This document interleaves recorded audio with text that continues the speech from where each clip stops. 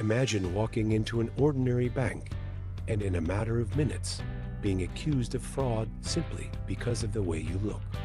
Now imagine that, at the end of that same day, you not only prove who you really are, but also teach a lesson that transforms the lives of everyone around you. That's exactly what happened to Marcus St. James, one of Blue Ridge Bank's biggest investors, who faced prejudice head-on and responded with something few expected: grace and wisdom. Want to know how this story went viral and changed lives? Stay until the end to find out. It was an ordinary morning, but for Marcus St. James, that day carried a special weight. He arrived at Blue Ridge Bank driving his old Toyota Corolla, a car that seemed to have as many stories as he did. He was dressed simply, with dreadlocks that swayed gently in the wind and a discreet briefcase in his hands. There was nothing extravagant about him, but his posture conveyed something rare: a quiet, almost magnetic confidence.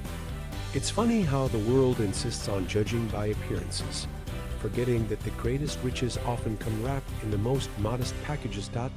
As Marcus entered the bank, he didn't seem to mind the curious stares or the impeccable attire of the other customers.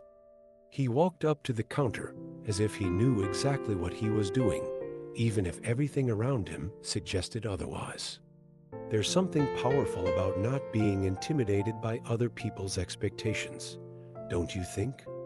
After all, how often do we fail to act for fear of not looking right?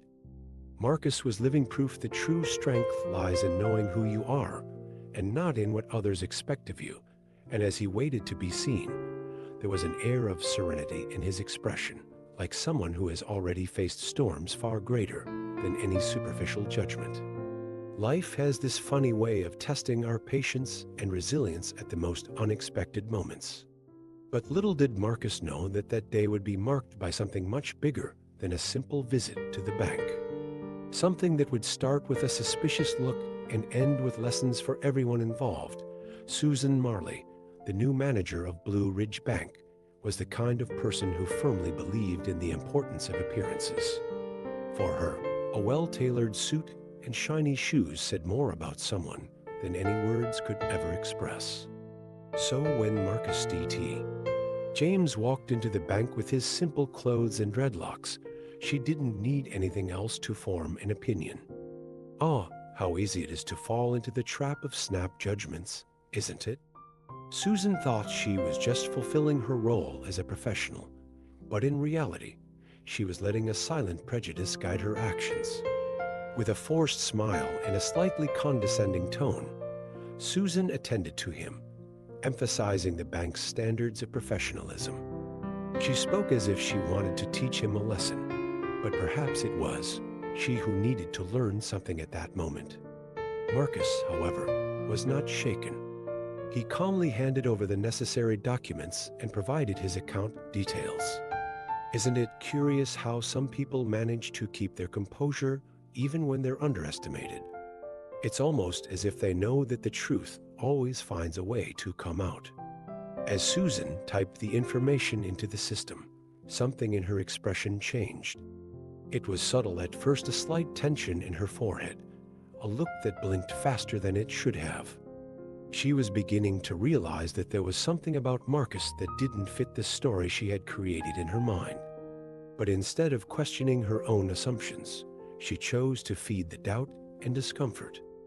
And so the first spark of conflict was ignited, ready to explode into something much bigger. For Susan, that was enough to sound like a fraud. After all, how could someone who looked like that have so much money? It's funny how the human mind prefers to doubt what it doesn't understand, isn't it?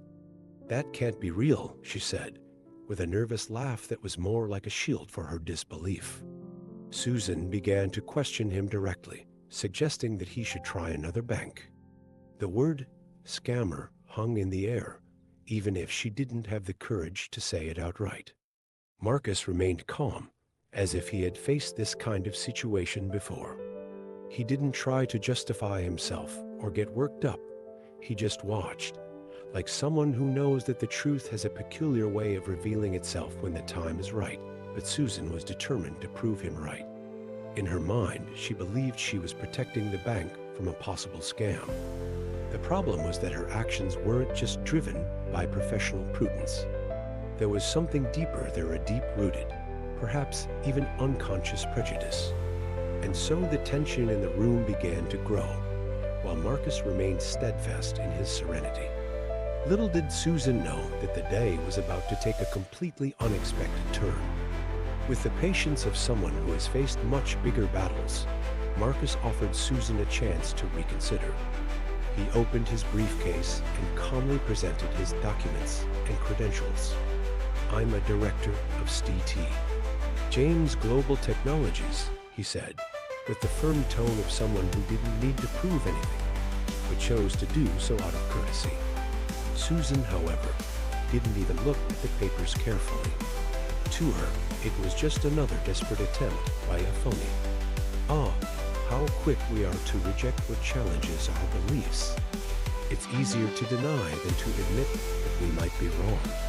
Susan didn't hesitate to call security, accusing Marcus of fraud without any concrete evidence other than her own assumptions.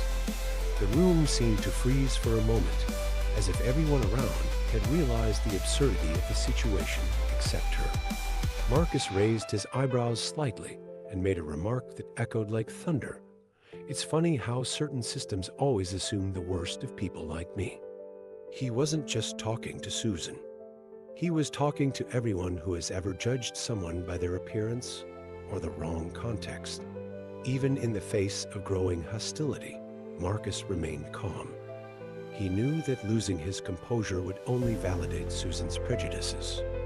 Instead, he chose to be a mirror for her actions, reflecting injustice without having to shout. Safety loomed, but before anything could escalate further, fate decided to intervene in an unexpected way. And it was at that moment that the gears of change began to turn. The atmosphere was charged with tension when the bank doors opened and Charles Taylor, the regional director, walked in unannounced. He had an air of authority that made everyone around him straighten up, including Susan. Taylor's arrival seemed almost theatrical, as if the universe had chosen that exact moment to balance the forces. Susan, still convinced that she was right, quickly approached him, explaining the situation with a mixture of urgency and self-assurance. "This man is trying to pull a con," she declared, as if expecting applause for her vigilance.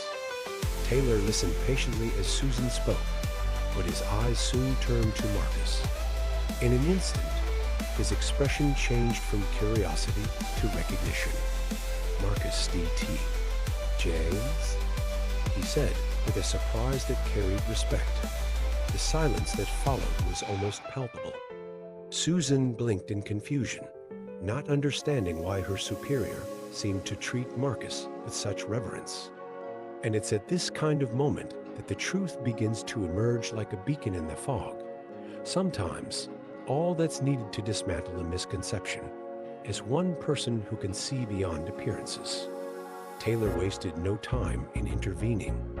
He asked the security guard to step back and turned to Susan with a serious expression. "Do you know who he is?" he asked, but didn't wait for an answer. In a few words, he began to reveal truths that Susan could never have imagined. And as she listened, her confidence began to waver, giving way to something much more uncomfortable, the realization that she had made a colossal mistake. The silence in the bank was almost deafening as Charles Taylor began to reveal who Marcus DT. James really was. With a firm tone, but without losing his composure, he explained that Marcus was not just an ordinary customer, but one of the bank's biggest investors and a renowned figure in the world of technology. "This man is responsible for breakthroughs in quantum cryptography and has just sold a revolutionary patent," said Taylor, with an emphasis that seemed to echo throughout the room. It was as if his every word took Susan's assumptions apart, piece by piece. Susan, who until then had clung to her narrative of mistrust, was visibly shaken. It was like watching someone realize, in real time, the weight of their own actions. Taylor didn't mince words when confronting her about her attitudes. "You judged this man on his looks and not on his merits," he said, with a bluntness that cut like a razor. And therein lay the great irony. While Susan thought she was protecting the bank from a coup, she had almost removed one of the most important men for the institution. Marcus remained silent throughout the explanation, observing everything with the same calm he had shown from the start. He didn't need to say anything. The facts spoke for themselves. But there was something in his eyes, a mixture of weariness and understanding that seemed to carry a silent message. This wasn't the first time he had faced something like this, and it probably wouldn't be the last. And as Susan tried to process what had just happened, it was clear that the day held even more lessons for everyone involved.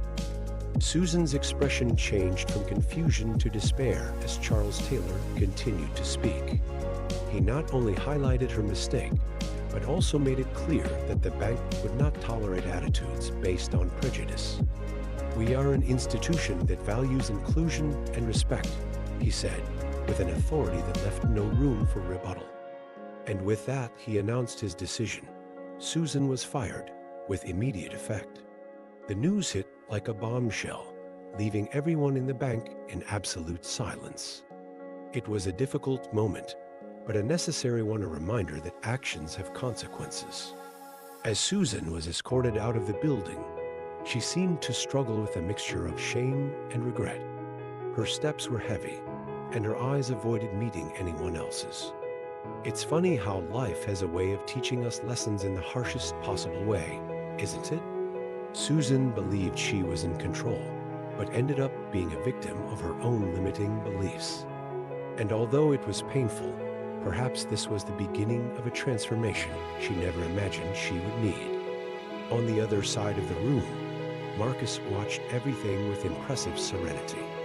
He could have rejoiced at Susan's fall or even felt revenge, but he chose something much more powerful: compassion. There was something in the way he looked at her that seemed to say, "I understand. I've been in the shoes of those who make mistakes." And so, as Susan disappeared through the bank doors, Marcus knew that this was not the end of the story, not for her, not for him. While the atmosphere was still digesting the intense events, Marcus did something few could have imagined. He chose grace over rancor. With a quiet but firm voice, he asked for the floor. "We all make mistakes, and it is in mistakes that we find the greatest learning opportunities," he said, looking directly at Susan, who was still visibly shaken. There was no sarcasm or superiority in his words, just a disarming sincerity that seemed to hit everyone on the bench like a wave of reflection. It's funny how true strength lies not in fighting back, but in offering a chance for redemption. Marcus approached Susan and, with an almost paternal tone, advised her to use that experience as a starting point for change. "Prejudices are like blindfolds. They prevent us from seeing what really matters," he said, with a slight smile that seemed to carry years of accumulated wisdom. He didn't have to forgive her publicly, but he chose to do so because he knew the impact would be greater than any punishment. His compassion wasn't just a noble gesture. It was a call to the collective conscience. It didn't take long for the incident to make its way onto social media. Someone at the bank had recorded part of the interaction and posted it online, and the story quickly went viral. But the focus wasn't just on Susan's mistake. The world seemed fascinated by Marcus' stance in the face of adversity. He became a symbol of dignity and resilience, proving that it is possible to turn even the most difficult moments into something inspiring. And so, without knowing it, Marcus began to plant the seeds of something much bigger. The story of Marcus D.T. James and the incident at Blue Ridge Bank quickly took on unexpected proportions. In a matter of hours, videos and reports flooded social media, sparking heated debates about discrimination, prejudice, and the importance of judging someone by their character, not their appearance. It was as if the whole world had stopped to reflect on something that is often ignored in everyday life. And at the center of it all was Marcus, whose serene posture and wise words became a beacon for those seeking inspiration in times of intolerance. People began to share their own stories of prejudice, creating a wave of empathy and awareness. Companies, community leaders, and even public figures entered the discussion, highlighting the importance of promoting more inclusive environments. But what really captured everyone's attention was the way Marcus chose to deal with the situation. Not only did he publicly forgive Susan, but he turned his experience into a platform to educate and inspire. It's amazing how a single attitude can trigger such profound changes, don't you think? Meanwhile, Susan has also become part of the narrative. Although initially seen as a villain, her willingness to acknowledge her mistake and seek learning began to change the public perception of her. After all, to err is human, but to grow from a mistake is a choice that few make. And so, the story stopped being just about an isolated incident and became a larger movement, a powerful reminder that every interaction has the potential to teach something valuable, both to the one who makes the mistake and to the one who is the target of the mistake. Inspired by the impact his story had made, Marcus decided to turn the episode into something even more significant. He announced the launch of a financial education program aimed at underprivileged communities, with the aim of empowering people who, like him in his youth, are often underestimated by the system. The first seminar took place in the same bank where it all began, as a symbol of new beginnings and transformation. The room was full, and among the participants was Susan, sitting quietly, but with a look that mixed humility and determination. Marcus took to the stage and began his talk with a phrase that seemed to sum up his entire journey. True wealth lies not in what we own, but in what we share. He spoke about his journey, the challenges he faced, and how financial education was the key to changing his life. But he didn't stop there. He also highlighted the importance of overcoming prejudices and building bridges instead of walls. His words resonated deeply with everyone in the room, especially Susan, who seemed to absorb every lesson as if they were meant directly for her. A few weeks later, Marcus was invited to give a TED Talk about the incident and the lessons learned. On stage, he shared not only his experience, but also a powerful vision of how we can create a more just and inclusive world. Every encounter is an opportunity to learn, he said, ending his talk with an energy that drew a standing ovation from the audience. And so, the man who had been judged by his appearance became a global symbol of resilience and transformation. But this story doesn't end here. It continues in every person who chooses to act differently after hearing it.